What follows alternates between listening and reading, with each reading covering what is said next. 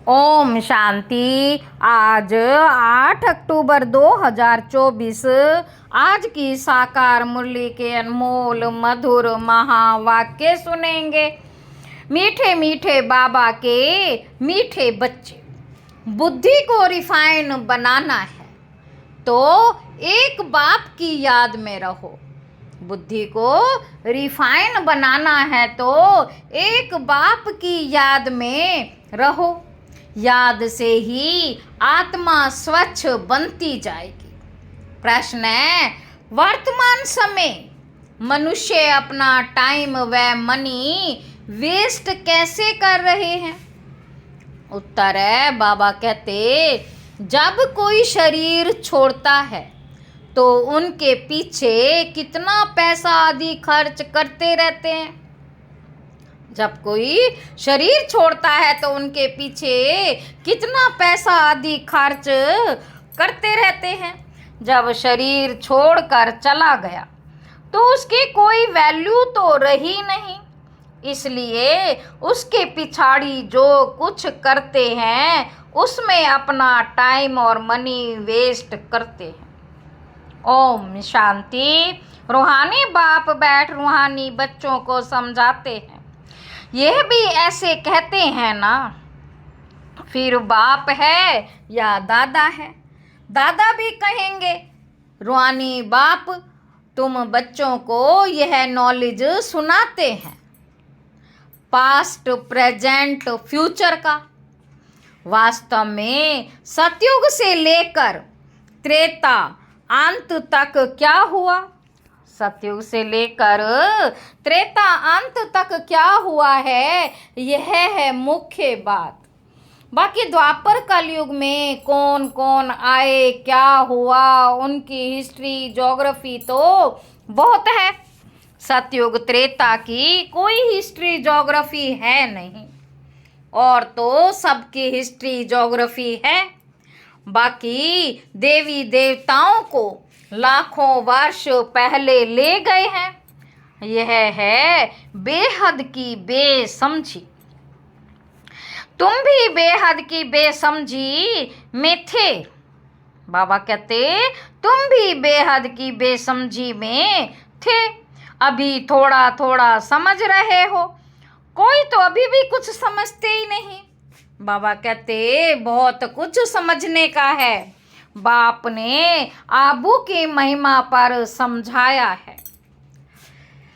क्या समझाया है? इस पर ख्याल करना चाहिए, तुम्हारी बुद्धि में आना चाहिए। तुम यहाँ बैठे हो, तुम्हारा यादगार देलवाड़ा मंदिर कब बना है? कितने वर्ष बाद बना है? कहते हैं 1250 वर्ष हुए। तो बाकी कितने वर्ष रहे? 3750 वर्ष रहे। तो उन्होंने भी अभी का यादगार और वैकुंठ का यादगार बनाया है। बाबा कहते, मंदिरों की भी कंपटीशन होती है। मंदिरों की भी कंपटीशन होती है ना, एक दो से अच्छा बनाएंगे। अभी तो पैसा ही कहाँ है जो बनावे। बाबा कहते, कितना बड़ा बनाया है, अभी तो बना ना सके। सोमनाथ का मंदिर कितना बड़ा बनाया है, अभी तो बना ना सके। भल आगरे आदि में बनाते रहते हैं, परंतु वह सब फालतू। मनुष्य तो अंधियारे में है ना। बाबा कहते, जब तक बनावे तब तक विनाश भी आ जाएगा। यह बातें कोई भी नहीं जानते, तोड़ते और बनाते रहते हैं। पैसे मुफ्त में आते रहते हैं, सब वेस्ट होता रहता है। Waste of time, waste of money, waste of energy. कोई मरता है तो कितना टाइम गंवाते हैं, हम कुछ भी नहीं करते। बाबा कहते, आत्मा तो चली गई, बाकी खाल क्या काम की? सर्प खाल छोड़ देता है, उनकी कोई वैल्यू है क्या? कुछ भी नहीं। बाबा कहते, भक्ति मार्ग में खाल की वैल्यू है। जड़ चित्रों की कितनी पूजा करते हैं, परंतु यह कब आए, कैसे आए, कुछ भी पता नहीं। इनको कहा जाता है भूत पूजा। 5 तत्वों की पूजा करते हैं। समझो यह लक्ष्मी नारायण स्वर्ग में राज्य करते थे। अच्छा, 150 वर्ष आयु पूरी हुई, शरीर छोड़ दिया, बस शरीर तो कोई काम का ना रहा, उनकी वहाँ क्या वैल्यू होगी। आत्मा चली गई, शरीर चंडाल के हाथ दे दिया, वह रस्म रिवाज अनुसार जला देंगे। ऐसे नहीं उनकी मिट्टी लेकर उड़ाएंगे नाम करने के लिए, कुछ भी नहीं। यहाँ तो कितना करते हैं, ब्राह्मण खिलाते हैं, ये करते, वहाँ ये कुछ होता ही नहीं। बाबा कहते खाल तो कोई काम की नहीं रही, खाल को जला देते। बाकी चित्र रहते हैं, सो भी एक्यूरेट चित्र मिल ना सके। यह आदि देव की पत्थर की मूर्ति एक्यूरेट थोड़े ही है। पूजा जब शुरू की तब के पत्थर की है। असुल जो था वह तो जलकर खत्म हो गया ना। फिर भक्ति मार्ग में यह निकला है। इन बातों पर भी सोच तो चलता है ना। आबू की महिमा को अच्छी रीति सिद्ध करना है। तुम भी यहाँ बैठे हो, बाबा कहते यहाँ ही बाप सारे विश्व को नरक से स्वर्ग बना रहे हैं, तो यही सबसे ऊंचते ऊंच तीर्थ ठहरा। अभी इतनी भावना नहीं है, सिर्फ एक शिव में भावना है। कहाँ भी जाओ शिव का मंदिर जरूर होगा। अमरनाथ में भी शिव का है ही। कहते हैं शंकर ने पार्वती को कथा सुनाई, वहाँ तो कथा की बात ही नहीं। बाबा कहते मनुष्य को कुछ भी समझ नहीं है, अभी तुमको समझ आई है, आगे पता था क्या। बाबा कहते अभी बाबा आबू की कितनी महिमा करते हैं। बाबा आबू की कितनी महिमा करते हैं। सर्व तीर्थों में ये महान तीर्थ है। बाबा समझाते तो बहुत, परंतु जबकि अन्य बच्चों की बुद्धि में बैठे, अभी तो देह अभिमान बहुत है, ज्ञान तो बहुत ढेर चाहिए, रिफाइनेस बहुत आनी है। अभी तो योग बड़ा मुश्किल कोई का लगता है। योग के साथ फिर नॉलेज भी चाहिए। ऐसे नहीं सिर्फ योग में रहना है, योग में नॉलेज जरूर चाहिए। दिल्ली में ज्ञान विज्ञान भवन नाम रखा है, परंतु इनका अर्थ क्या है? शांति धाम, सुख धाम। ज्ञान विज्ञान तो सेकंड का है, परंतु मनुष्यों में जरा भी बुद्धि नहीं, अर्थ थोड़े ही समझते हैं। चिमन्यानंद आदि कितने बड़े बड़े सन्यासी आदि हैं, गीता सुनाते कितने उनके ढेर फॉलोअर्स हैं। सबसे बड़ा जगत का गुरु तो एक ही बाप है, शिव बाबा। बाप और टीचर से बड़ा गुरु होता है। स्त्री कभी दूसरा पति नहीं करेगी, तो गुरु भी दूसरा नहीं करना चाहिए। एक गुरु किया, उन्हों की ही सदगति करनी है, उनको ही सदगति करनी है। फिर और गुरु क्यों?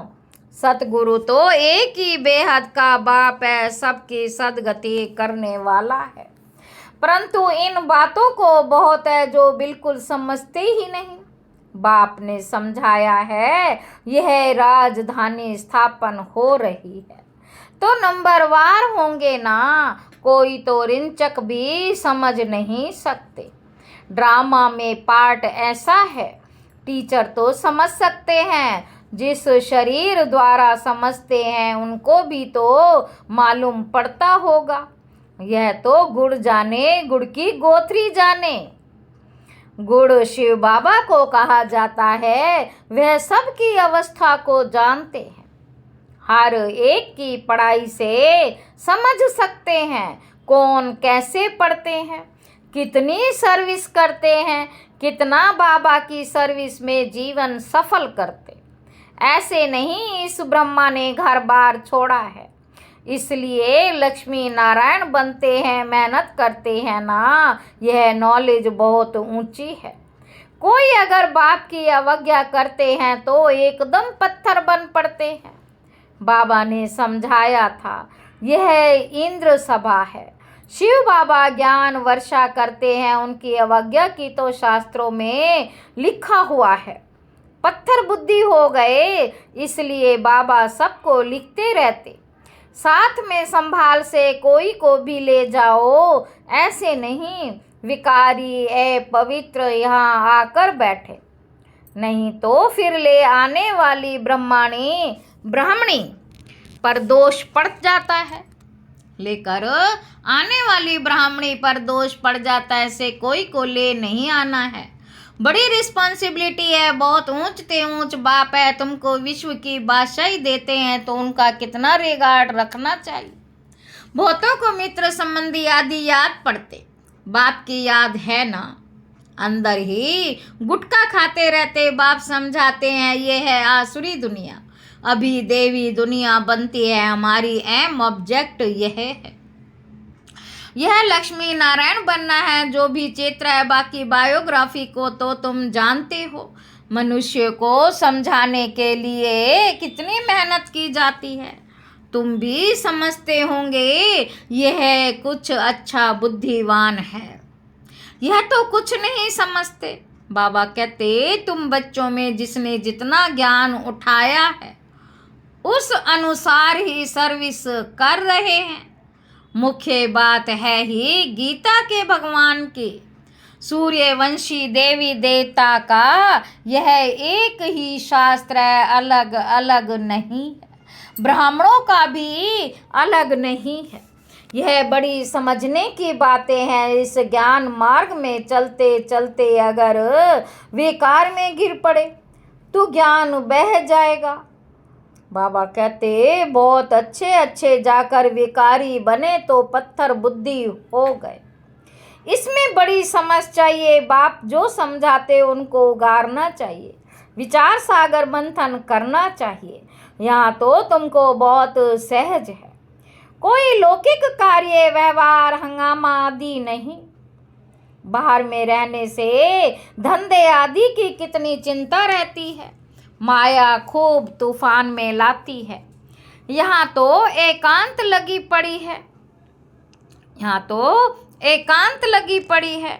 बाप तो फिर भी बच्चों को पुरुषार्थ कराते रहते हैं। ये बाबा भी पुरुषार्थी है, पुरुषार्थ कराने वाला तो बाप है। इसमें विचार सागर मंथन करना पड़ता है। यहाँ तो बाप बच्चों के साथ बैठे हैं, जो पूरी उंगली देते हैं उनको ही सर्विसेबल कहेंगे। बाकी गुटखा खाने वाले तो नुकसान करते हैं और ही डिस सर्विस करते, विघन डालते हैं। यह तो जानते हो। महाराजा महारानी बनेंगे तो उन्हों के दास दासियां भी चाहिए। बाबा कहते, वह भी यहाँ के ही आएंगे। सारा मदार पढ़ाई पर है। इस शरीर को भी खुशी से छोड़ना है, दुख की बात ही नहीं। पुरुषार्थ के लिए टाइम तो मिला हुआ है, ज्ञान सेकंड का है। बुद्धि में शिव बाबा से वर्षा मिलता है। थोड़ा भी ज्ञान सुना, शिव बाबा को याद किया तो भी आ सकते हैं। प्रजा तो बहुत बनने की है। हमारी राजधानी सूर्यवंशी चंद्रवंशी यहाँ स्थापन हो रही है। बाप का बनकर अगर गलानी करते हैं तो बहुत बोझा चढ़ता है, एकदम जैसे रसातल में चले जाते। बाबा ने समझाया है, जो अपनी पूजा बैठ कर आते हैं वे पूज्य कैसे कहला सकते। सर्व का सदगति दाता कल्याण करने वाला तो एक ही बाप है। मनुष्य तो शांति का भी अर्थ नहीं समझते। हठ योग से प्राणायाम आदि चढ़ाना उसको ही शांति समझते हैं। उसमें भी बहुत मेहनत लगती है। कोई की ब्रेन खराब हो जाती है, प्राप्ति कुछ भी नहीं। वह है अल्पकाल की शांति। जैसे सुख को अल्पकाल काग विष्ठा समान कहते, वैसे वह शांति भी काग विष्ठा के समान है। वह है ही अल्पकाल के लिए। बाप तो 21 जन्मों के लिए तुमको सुख शांति दोनों देते हैं। कोई तो शांति धाम में पिछाड़ी तक रहते होंगे, जिनका पाठ है वे इतना सुख थोड़े ही देख सकेंगे। वहाँ भी नंबरवार मर्तबे तो होंगे ना। बाबा कहते भलदास दासियाँ होंगे, परंतु अंदर थोड़े ही घुस सकेंगे। श्री कृष्ण को भी देख ना सके। सबके अलग अलग महल होंगे ना, कोई टाइम होगा देखने का। जैसे देखो पॉप आता है तो उनका दर्शन करने के लिए कितने लोग जाते हैं। ऐसे बहुत निकलेंगे जिनका बहुत प्रभाव होगा। लाखों मनुष्य जाएंगे दर्शन करने के लिए। यहाँ शिव बाबा का दर्शन कैसे होगा, यह तो समझने की बातें हैं। बाबा कहते अब दुनिया को कैसे पता पड़े कि ये सबसे ऊंच तीर्थ है। दिलवाड़ा जैसा मंदिर शायद आसपास और भी हो, वह भी जाकर देखना चाहिए कैसे बना हुआ है। उनको ज्ञान देने की भी दरकार नहीं, वह फिर तुमको ज्ञान देने लग जाएंगे। राय देते हैं ना, यह करना चाहिए, ये करना चाहिए, ये तो जानते नहीं कि इनको पढ़ाने वाला कौन है। एक एक को समझाने में मेहनत लगती है ना। उन पर कहानियां भी हैं, कहते थे शेर आया शेर आया। तुम भी कहते हो मौत आया कि आया, तो यह विश्वास नहीं करते। समझते हैं अभी तो 40,000 वर्ष पड़े हैं, मौत कहाँ से आएगा। परंतु मौत आना तो जरूर है। सबको ले जाएंगे, वहाँ कोई भी किचड़ा होता नहीं। यहाँ की गऊ और वहाँ की गऊ में भी कितना फर्क है। श्री कृष्ण थोड़े ही गऊ में चराता था, उन्हों के पास तो दूध हेलीकॉप्टर में आता होगा। यह कीचड़ पट्टी दूर रहती होगी, सामने घर में थोड़ा ही किचड़ा रहेगा। वहाँ तो अपरंपार सुख है, जिसके लिए पूरा पुरुषार्थ करना है। कितने अच्छे अच्छे बच्चे सेंटर से आते हैं, बाबा देखकर कितना खुश होता है। नंबरवार पुरुषार्थ अनुसार फूल निकलते हैं। फूल जो हैं वह अपने को भी फूल समझते हैं। दिल्ली में भी बच्चे कितनी सर्विस करते हैं, रात दिन। ज्ञान भी कितना ऊंचा है, आगे तो कुछ भी नहीं जानते थे, अब कितनी मेहनत करनी पड़ती है। बाबा के पास तो सब समाचार आते, कोई का सुनाते हैं, कोई का नहीं सुनाते, क्योंकि ट्रेटर भी बहुत होते हैं। बहुत फर्स्ट क्लास भी ट्रेटर्स बन पड़ते हैं, थर्ड क्लास भी ट्रेटर है। थोड़ा ज्ञान मिला तो समझते हैं हम शिव बाबा के भी बाबा बन गए। पहचान तो है नहीं, कौन नॉलेज देते हैं। शिव बाबा के भी बाबा बन गए, पहचान तो है नहीं कि कौन नॉलेज देते। अच्छा, मीठे मीठे बच्चे, सिकिल अधे बच्चों प्रति माता पिता बाप दादा का याद प्यार और गुड मॉर्निंग। रूहानी बाप के रूहानी बच्चों को नमस्ते। हम रूहानी बच्चों की रूहानी बाप दादा को याद प्यार और गुड मॉर्निंग। नमस्ते बाबा, नमस्ते, शुक्रिया बाबा, शुक्रिया। धारणा के लिए मुख्य सार पहला पॉइंट है, विश्व की बादशाही देने वाले बाप का बहुत बहुत रिगार्ड रखना है। बाप की सर्विस में अपनी जीवन सफल करनी है।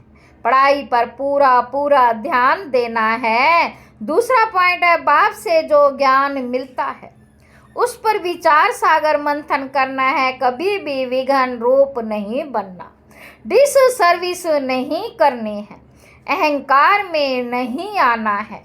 वरदान है, चारों ही सब्जेक्ट में बाप के दिल पसंद मार्क्स लेने वाले दिल तख्त नशीन भव। जो बच्चे चारों ही सब्जेक्ट में अच्छे मार्क्स लेते, आदि से अंत तक अच्छे नंबर से पास होते, उन्हें ही पास विद ऑनर कहा जाता।